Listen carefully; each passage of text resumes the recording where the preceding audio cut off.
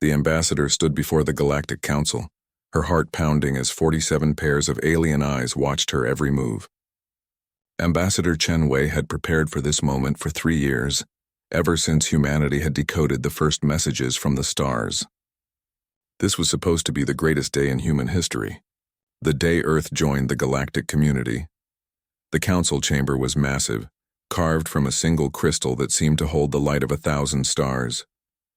Each member sat in their designated section, their forms ranging from the insectoid Zorvathians to the gaseous Velthri, who floated in containment spheres. At the center sat High Arbiter Velanos, an ancient being whose chitinous face betrayed no emotion. Chen had just finished her presentation. She had shown them everything: the art of Da Vinci and the music of Mozart, the scientific achievements of Einstein and Curie, the recent unity that had brought Earth's nations together after first contact. She had spoken of humanity's dreams of peace and cooperation among the stars. The silence that followed was heavy. Chen waited, barely breathing. Finally, Velanos raised one of his many limbs. The gesture meant the deliberation was complete. Ambassador Chen, Velanos's voice echoed through translation devices. The Council has reviewed your species application. We have examined your history, your culture, and your technological development. Chen felt hope rising in her chest. This was it. This was the moment everything would change. We have reached our decision, Velanos continued. Humanity is denied membership in the Galactic Council. Furthermore, your species is hereby placed under quarantine. No member species may contact or trade with Earth. This decision is final. The words hit Chen like a physical blow. She staggered backward, unable to process what she had just heard. Around the chamber, most of the alien representatives remained silent. A few nodded in approval. Only 4 looked uncomfortable with the decision. Your Excellency, Chen managed to speak, her voice shaking. Please, I must understand. What have we done wrong? We came in peace. We followed every protocol. A new voice cut through the chamber. It belonged to Councillor Drexenor, a reptilian creature whose scales gleamed like polished steel.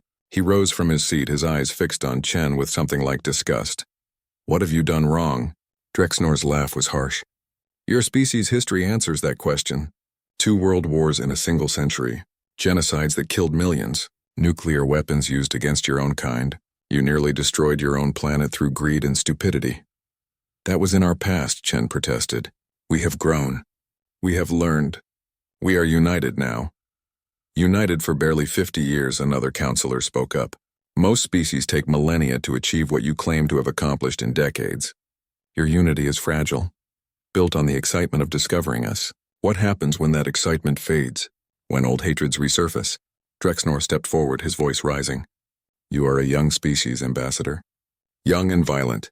Your people developed nuclear weapons within your first century of industrialization. Do you understand how unprecedented that is? How dangerous? Most species take 5 centuries to reach that point. And by then they have wisdom to match their power. You have power without wisdom. You are a cancer that would spread war across the stars. Chen felt tears burning in her eyes, but she refused to let them fall. Not here. Not in front of these beings who had just condemned her entire species. Please, she tried one more time. Give us a chance. Let us prove ourselves. We can learn. We want to be better. The vote has been cast, Velanos said, not unkindly. 43 members voted for rejection and quarantine. Only 4 voted in your favor. I am sorry, Ambassador, but the decision stands. How long? Chen asked, her voice barely a whisper. How long will this quarantine last? Until your species proves itself worthy, Drexenor said with finality. If that day ever comes. Chen looked around the chamber one last time. These beings, these advanced civilizations that humanity had dreamed of meeting for so long, had judged them and found them wanting. They had looked at humanity's struggles, their mistakes, and their achievements and decided that Earth was not worth the risk. Something changed in Chen at that moment. The hope that had brought her here, the idealism that had driven her through years of preparation, began to transform into something harder, something sharper. She straightened her back and looked directly at Velanos. When she spoke, her voice was steady and cold. You have made your decision, High Arbiter. You have looked at humanity and decided we are not good enough for your club. You have decided to lock us away like dangerous animals. She paused, letting her words sink in. But I want you to remember this moment. Remember it well. Because one day you will regret teaching us that we are alone. You will regret showing us that the galaxy sees us as nothing more than primitives to be feared and contained." Drexnor laughed. "Is that a threat, Ambassador?" "No, Counselor," Chen replied. "It is a prediction. You have just united humanity in a way no human leader ever could. You have given us a common enemy. You have given us a reason to become stronger, to push ourselves beyond what we thought possible. And you have done it while placing an automated defense grid around our solar system, teaching us exactly how your technology works." She turned and walked toward the exit, her footsteps echoing in the silent chamber. At the doorway, she paused and looked back. "When we meet again," Chen said, "and we will meet again, you will see what humanity can truly accomplish. You rejected us today. One day you may find yourselves begging for our help. And on that day, I hope someone remembers how you treated us when we came to you with open hands and hopeful hearts." The door closed behind her, sealing shut with a sound like a final judgment. The council chamber erupted in chatter as the representatives discussed what had just happened. But Villano sat in silence watching the closed door. Something about Chen's words troubled him. He had voted for humanity, believing they deserved a chance. Now he wondered if the council had made a terrible mistake, not in rejecting humanity, but in the way they had done it. In treating them as threats rather than potential allies, in caging them instead of guiding them. He had seen many species over his long life, and he knew one thing for certain. Humanity was dangerous, yes, but they were also resourceful, determined, and capable of incredible things. The council had just made them into something far more dangerous than they had been before. They had made them desperate. And desperate beings, Villanos knew, were the most dangerous kind of all. 50 years had passed since the rejection. 50 years since Chen Wei had walked out of the Galactic Council chamber and returned to Earth with the news that would change everything. She was gone now, passed away 10 years ago, but her words had become legendary. They were taught in every school, repeated in every speech about humanity's place in the cosmos. They taught us we were alone. Those words had sparked a revolution. In the days after the rejection, there had been despair. People had cried. They had raged. They had demanded their leaders do something, anything, to change the council's mind. But slowly that despair had transformed into something else, something stronger. The Sol First movement had begun within weeks. If the galaxy would not accept humanity, then humanity would make themselves impossible to ignore. If they were to be caged in their own solar system, then they would make that cage into a fortress.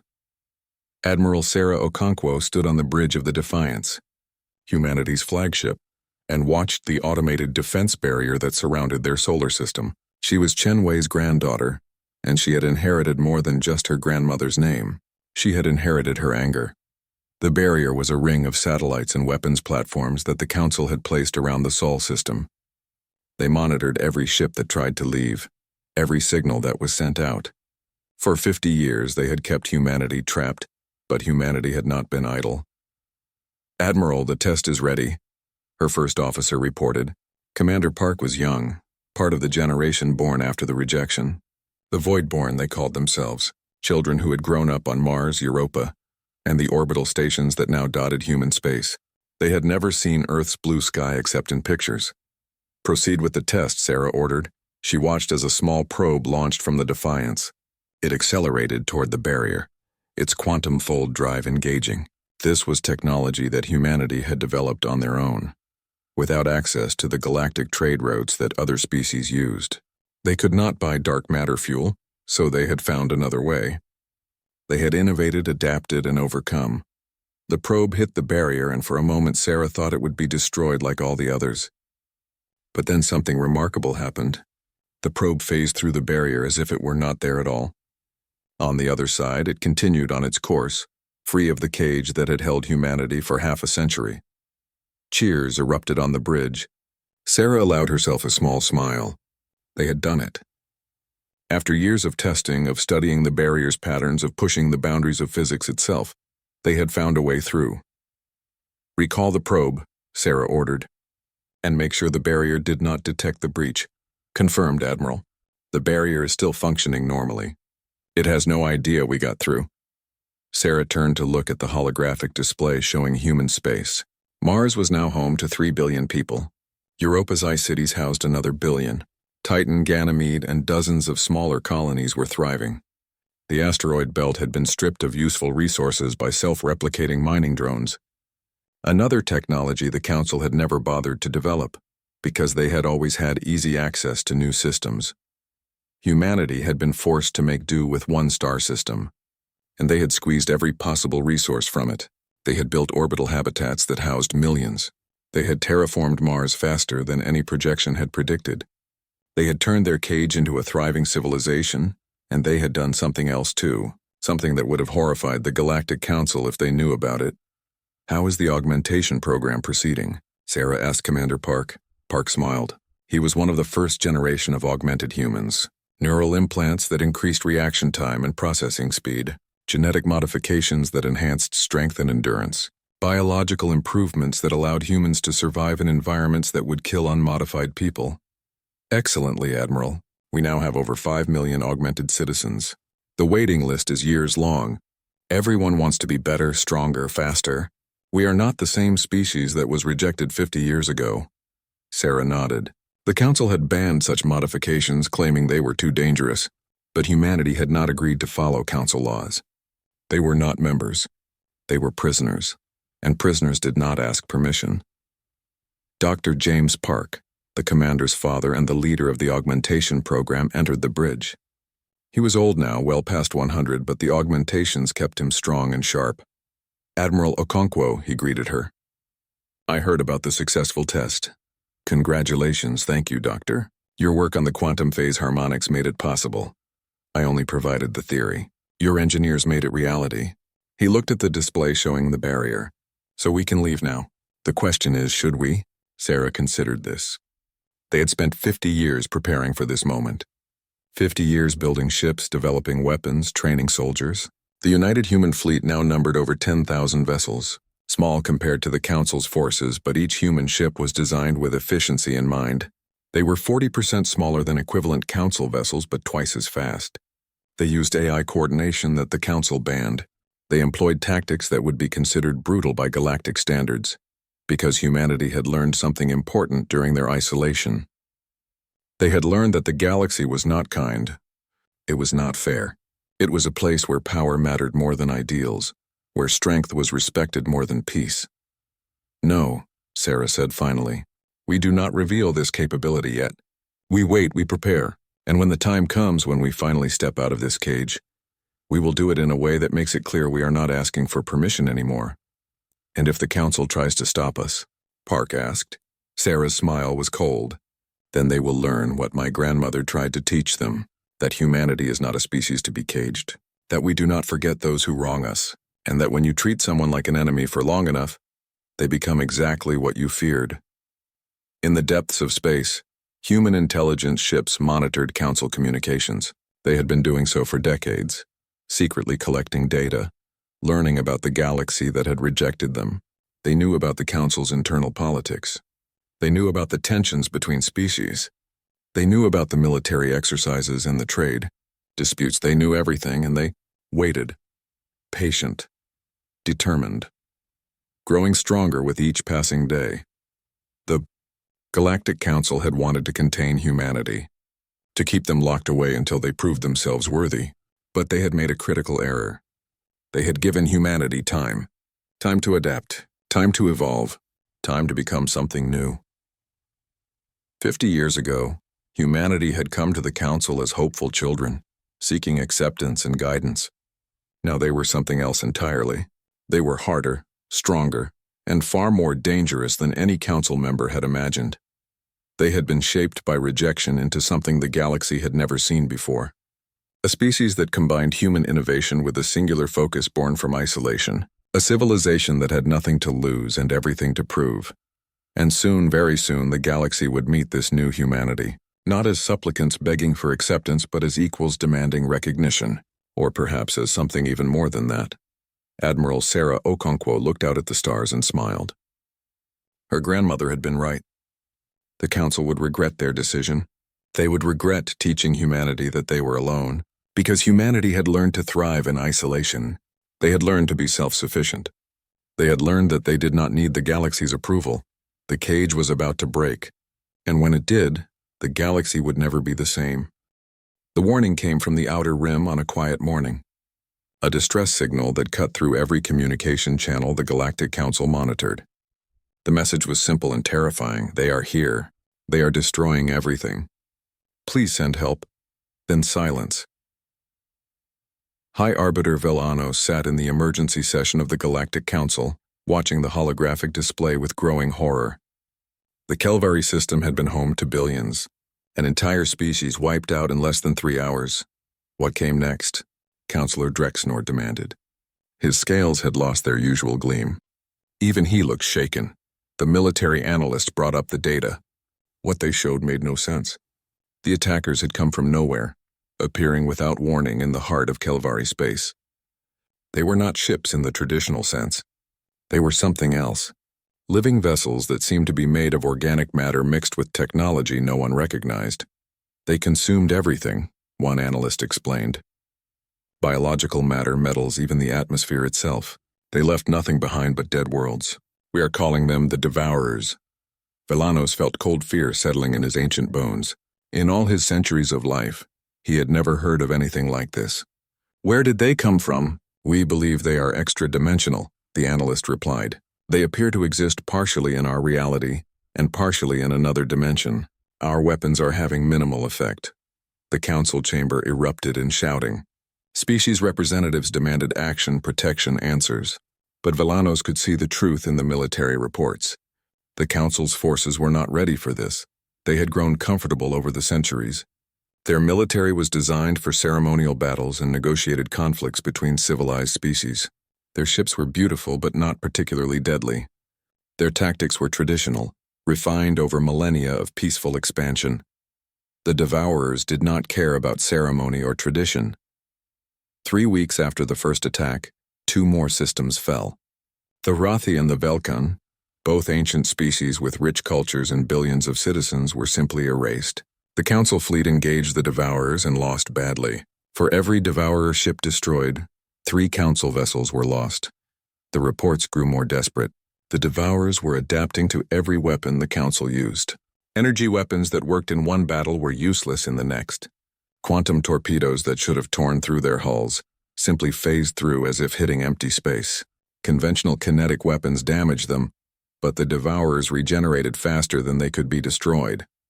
6 months into the war, 12 Council species had been completely destroyed. Another 20 had lost significant populations and infrastructure. The Devourers were advancing toward the core worlds, where the oldest and most populous civilizations lived. Panic spread across the galaxy. Species that had lived in peace for thousands of years suddenly faced extinction. The Council's authority began to fracture as individual species started prioritizing their own survival over collective action.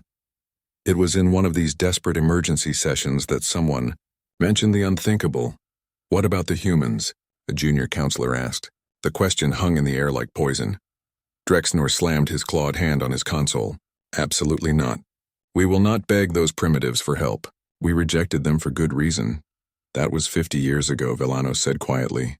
And we are losing this war. At current rates, we have perhaps 18 months before the Council collapses entirely. The chamber fell silent. 18 months.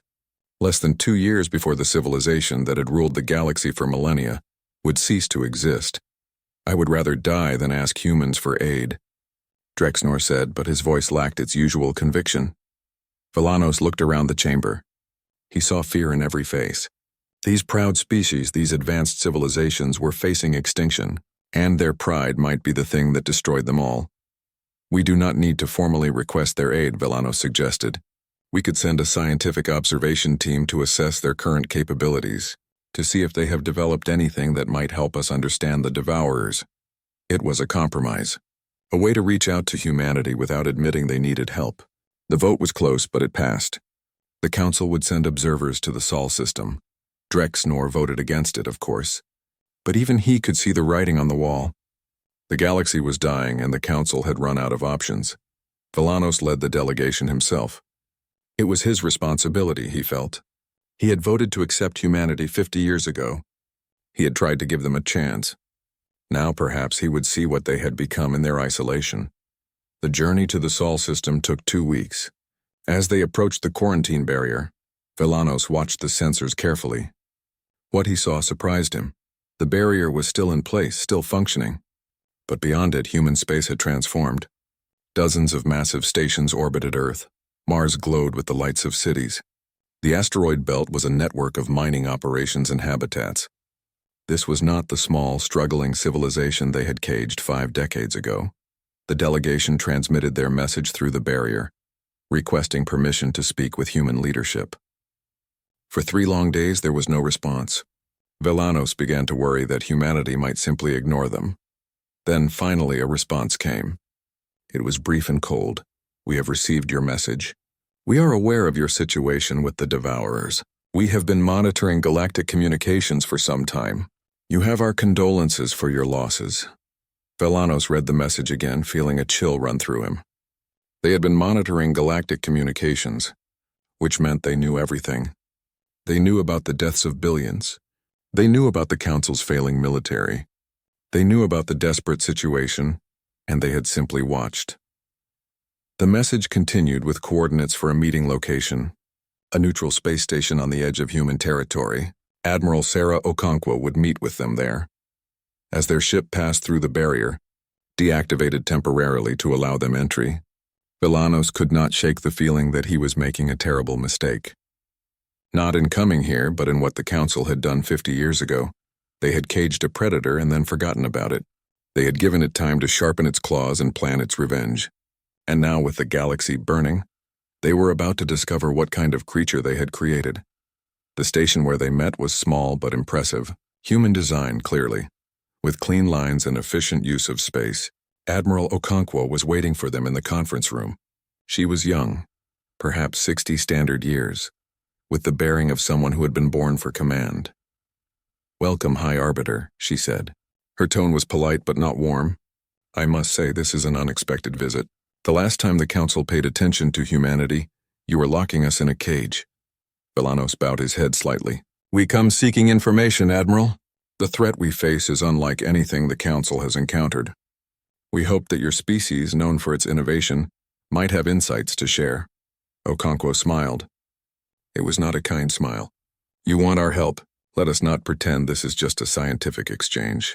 You are losing the war with the Devourers, and you think we might be able to save you." The truth hung between them, heavy and undeniable. Villanos had lived a long time. He knew when to abandon pretense. "Yes," he said simply. "We need your help. The galaxy is dying, Admiral. Billions have already perished. If this continues, there will be nothing left." Okonkwo nodded slowly. "Tell me, High Arbiter, when we came to you 50 years ago seeking friendship and guidance, what did you do?" "We made a mistake," Villanos admitted. "I voted for your acceptance. I believed you deserved a chance, but I was in the minority." "You caged us," Okonkwo said, her voice hard. "You judged us by our worst moments and decided we were not worthy. You left us alone, trapped in our own system, with nothing but time to think about how the galaxy had rejected us." She stood and walked to the window, looking out at the stars. "Now you come to us, desperate and dying, and ask for our help. Tell me, High Arbiter, why should we care what happens to the Council? Why should we save those who abandoned us?" Villanos had no good answer. He could appeal to mercy, to common decency, to the greater good, but he knew those arguments would ring hollow. Humanity had been shown no mercy. The Council had demonstrated that decency was less important than fear. The greater good had not included Earth, so he told the truth. "You should not," he said quietly. "We do not deserve your help. We judged you unfairly and treated you cruelly. If you turn us away now, it would be no more than justice." Okonkwo turned to look at him, surprise visible in her eyes. "But I will ask anyway," Villanos continued. "Not because we deserve it, but because billions of innocent beings are dying, species that had nothing to do with the decision to quarantine you. Children who were not even born when we made our mistake. They do not deserve to die for our pride." The room was silent. Okonkwo studied him for a long moment. Then she smiled again, and this time there was something almost sad in it. "My grandmother was Ambassador Chen Wei. She was the one you rejected." Her last words to the Council were prophetic, were they not? Villanos remembered that day clearly, Shen's words echoing through the chamber. "Yes," he said. "She told us we would regret our decision, that one day we would need you. She was right, Okonkwo said, but she also taught me something else. The emergency session of the Galactic Council was the most tense in recent memory. High Arbiter Villanos presented humanity's terms, and as expected, the chamber exploded in outrage. "This is extortion," one counselor shouted. "They dare to demand reparations from us. We should have destroyed them when we had the chance." Counselor Drexnor stood, his scales dark with anger. "I will not apologize to those primitives. I would rather face the devourers with honor than beg humans for salvation." Villanos let the shouting continue for several minutes before raising his hand for silence. When he spoke, his voice was calm but carried the weight of his centuries. "We have lost 16 species in 8 months. The devourers are now 3 jumps from the core worlds. Our military estimates we have less than 18 months before Council space is completely overrun. These are not negotiations. These are the terms of our survival." He pulled up a holographic display showing the extent of human territory. The counselors fell silent as they saw what humanity had built. This is what they accomplished in 50 years of isolation. They have colonized their entire solar system. Their population has grown to over 20 billion. They have developed technology we do not recognize, and most importantly, they have been watching us. They know everything about our current situation. "How?" someone demanded. "The quarantine barrier should have prevented all communication." Villanos pulled up another display, this one showing sensor readings from near Council space. Small ships, almost undetectable, had been positioned throughout the galaxy for decades. Intelligence vessels that humanity had somehow slipped past the barrier. "They have been monitoring us for at least 30 years, he said. "They know our military strength, our political divisions, our trade routes. They know everything we thought was secret, and they chose to remain silent, watching as the devourers tore through our worlds." The implications settled over the chamber like a heavy fog. Humanity had not been trapped at all. They had been preparing, learning, waiting. "Why did they not break free earlier?" a counselor asked quietly. "If they could bypass the barrier, why?" "Wait because they wanted us to come to them," Villanos said. "They wanted us to understand our mistake, to feel what it is like to be desperate and powerless, seeking help from those who once rejected us." Before anyone could respond, the chamber doors burst open. A military officer rushed in, his expression terrified. "Counselors, another world has fallen. The Marith system is gone. 5 billion dead in 4 hours." The chamber fell into stunned silence. 5 billion. An entire civilization wiped out in less than half a day. Villanos looked at Drexnor. The proud reptilian counselor's scales had gone pale. His species' homeworld was only 2 jumps from Marith. "We vote now," Villanos declared. "All in favor of accepting humanity's terms?" The vote was 46-1. Only Drexnor voted against it. But even he looked defeated, his earlier fury replaced by something that looked like fear. The terms were transmitted to Admiral Okonkwo within the hour. Her response came back just as quickly. The United Human Fleet would mobilize immediately. But first, there would be a ceremony. The formal apology and acceptance of humanity into the Council would take place on neutral ground in 72 hours. During those 3 days, Villanos received a visitor. Counselor Drexnor came to his chambers late at night, looking older than he had ever appeared before. "I was wrong," Drexnor said, without preamble, "about the humans. I thought we were protecting the galaxy from a dangerous species, but we were just afraid." Villanos gestured for him to sit. "Fear is not always wrong, old friend, but it can lead us to make terrible choices. My homeworld is directly in the Devourer's path. My family is there, my people." Drexnor's voice broke slightly. "If the humans can save them, then I will apologize 1,000 times. I will beg if I must." "That is growth," Villanos said gently. "That is wisdom. Perhaps we all needed this humbling." The ceremony took place on a space station at the edge of Council territory. Every member species sent representatives. The humans arrived in a fleet of 50 ships, each one sleek and deadly in a way that made the Council's ornate vessels look like museum pieces. Admiral Okonkwo led the human delegation, Behind her walked scientists, soldiers, and diplomats. But Villanos noticed something else. Many of them looked different, enhanced in ways that were subtle but unmistakable. Stronger, faster, more alert. The augmentations, he realized. The humans had not just advanced technologically, they had advanced biologically as well. They had become something more than they were. The formal proceedings began. One by one, the counselors who had voted for the quarantine 50 years ago stood and offered their apologies. Some did so grudgingly, others with genuine regret. But all of them did it because the alternative was unthinkable. When Drexenor's turn came, he walked to the center of the chamber and faced Okonkwo directly. "I led the movement to reject humanity," he said, his voice steady despite the shame in his eyes. "I called you primitives. I called you dangerous. I said, you were a cancer that would spread war across the stars. I was wrong. Not about your capacity for violence, but about what that capacity means. You are dangerous, Admiral Okonkwo, but so is a sword, and we desperately need a sword right now." He bowed low, a gesture of profound respect in his culture. "I apologize for my blindness, I apologize for my fear, and I beg you to save my people." Okonkwo stepped forward and placed a hand on Drexenor's shoulder, raising him from his bow. "Your apology is accepted, Counselor. And yes, we will save your people. That is what we came here to do." She turned to address the entire assembly.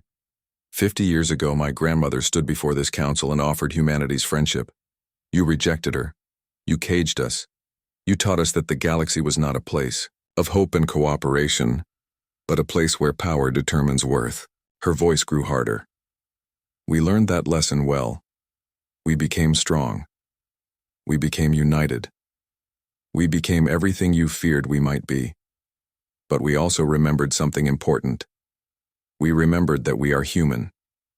And humans, at their best, do not abandon others in their time of need. She pulled out a data chip and handed it to Villanos. This contains our strategic analysis of the Devourers. We have been studying them since they first appeared. We know how they move, how they think, how they adapt, and we know how to kill them. Hope flickered in the eyes of every counselor. "How?" Villanos asked. "By fighting dirty," Okonkwo said with a cold smile. "By using tactics that you have spent millennia considering barbaric. By being exactly what you feared we were, violent, unpredictable, willing to do whatever it takes to win." She turned to leave, then paused. "The Devourers are advancing on Krindar Core, are they not? Your last major stronghold?" "Yes," the military commander confirmed. "They will reach it within 2 weeks. We have evacuated most civilians, but our fleet is there making a last stand." "Then that is where we will make our stand as well," Okonkwo said. "The United Human Fleet will arrive at Krindar in 3 days. We will show you how humans fight." As the human delegation left, Villanos felt a mixture of hope and dread. Hope because humanity clearly had a plan, had been preparing for this. Dread because of what Okonkwo had said about fighting dirty, about being violent and unpredictable. The council was about to see what humanity had become in their isolation. They were about to witness what happened when you took a species known for its capacity for both great compassion and great violence, and forced them to focus solely on survival. They were about to learn why, throughout human history, the most dangerous enemies were the ones you cornered, the ones you gave no choice but to fight. And the Devourers, those extra-dimensional horrors that had torn through the galaxy like a plague, were about to face something they had never encountered before. An angry, desperate, brilliant species that had spent 50 years planning for exactly this moment. A species that had been told they were too dangerous for the galaxy, and had decided to prove it. 3 days later, the United Human Fleet arrived at Krindar Core. The battle that would determine the fate of the galaxy was about to begin, and humanity was ready to show the galaxy exactly what they were capable of. Villanos watched from his command ship as the human fleet took up positions. They moved with a precision and coordination that seemed almost impossible. 10,000 ships acting as one organism, each one knowing exactly where the others would be. It was beautiful. It was terrifying. and it was about to be unleashed on an enemy that had never faced anything like it. The Devourers were coming. But this time they would find the galaxy was not defenseless. This time they would face humanity, and that, Villanos suspected, would make all the difference. The Devourers arrived at Krindar Core like a dark tide. Thousands of their organic ships poured out of dimensional rifts, their forms twisting and changing as they phased between realities. The Council fleet, over 5,000 strong, opened fire immediately. It went poorly from the start. Energy weapons that had worked in previous engagements now passed through the Devourer ships without effect. The enemy had adapted again, learning from each encounter. Quantum torpedoes exploded harmlessly against shields that should not have been able to stop them. Kinetic rounds did some damage, but the Devourers regenerated faster than they could be destroyed. High Arbiter Villanos watched from the command deck of the Council flagship as another dozen ships were consumed. The Devourers did not just destroy vessels, they absorbed them, breaking down matter at the molecular level and incorporating it into their own mass. Every Council ship lost made the enemy stronger. Where are the humans? Drexnor demanded, his voice tight with fear. They promised to be here. As if in answer, sensors detected new arrivals. The United Human Fleet dropped out of quantum fold space at the edge of the battle. 10,000 ships, smaller than the Council vessels but moving with impossible coordination. Admiral Okonkwo's voice came over the command frequency. Council forces, this is Admiral Okonkwo of the United Human Fleet. We are implementing Terra Protocol. Fall back to defensive positions around Krindar Station. Do not engage the enemy. Repeat, fall back and do not engage. The Council commanders hesitated. Retreat went against every instinct, every tradition of honorable combat. But another wave of ships died, consumed by the advancing Devourers, and the order was given. The Council fleet withdrew, forming a protective shell around the massive station that housed 3 billion civilians. The human fleet moved forward, not in the traditional battle lines the Council used, but in a strange, flowing formation that seemed to shift and change moment by moment. Then they opened fire. What followed was unlike anything Villanos had ever seen. The humans did not use energy weapons or quantum torpedoes. Instead, they deployed swarms of small drones, millions of them, each one packed with conventional explosives and simple kinetic payloads. The drones moved in coordinated waves, targeting specific points on the Devourer ships. When the first wave hit, the Devourers barely seemed affected. But then the second wave struck the exact same points, and the third, and the fourth. The humans were not trying to destroy the enemy ships in single, powerful attacks. They were wearing them down through relentless, focused strikes on vulnerable areas. They are using attrition warfare, Dr. James Park's voice came over the line. He was aboard one of the human command ships, coordinating the attack. The Devourers can adapt to any weapon we use, but they cannot adapt fast enough when we overwhelm them with volume of fire at calculated weak points. The first Devourer ship exploded, then another. The tide of the battle began to shift, but the Devourers adapted quickly. They began targeting the drone swarms, using energy fields to destroy hundreds at a time. The human response was immediate and shocking. 1,000 human ships suddenly accelerated directly toward the largest Devourer vessels. Sensors showed their reactor cores going critical. They were kamikaze ships piloted by artificial intelligence designed to ram the enemy and explode. "No," Drexnor shouted. "This is madness. This is barbaric. This is effective," Villanos said quietly, watching as the kamikaze drones tore through the Devourer formation. No crew was lost. These were unmanned vessels, sacrificed strategically to create openings. But the humans were not finished. They deployed something new, biological weapons that targeted the organic components of the Devourer ships. The enemy vessels began to convulse and writhe as their living tissue was attacked from within. At the same time, the human ships began broadcasting sounds. Strange, discordant frequencies that seemed to disrupt the coordination between Devourer vessels. The enemy formation, previously so synchronized, began to fall apart as individual ships lost communication with the swarm. Psychological warfare, Okonkwo explained over the command frequency. We studied how the Devourers communicate. We found the frequency they use and jammed it with noise that disrupts their neural synchronization. The battle turned into something the galaxy had never witnessed. The humans fought with every tool at their disposal, switching tactics the moment the Devourers began to adapt. When biological weapons stopped working, They switched to sonic disruptors. When the enemy defended against that, they went back to kinetic bombardment but at different targeting points. They even used scorched void tactics. When a section of space became too contested, the humans would collapse their own infrastructure, destroying supply depots and abandoned stations to deny resources to the devourers. It was brutal. It was ruthless. It was everything the Council had feared humanity might be, and it was working. For the first time since the war began, the devourers were losing ground. The tide was turning. Ships that had seemed invincible were being destroyed by the hundreds. The enemy began to pull back, trying to regroup, but the humans did not let them retreat. The fleet pursued relentlessly, harrying the devourers at every turn. Okonkwo's voice cut through the command frequency, cold and precise. All ships initiate neural link protocol.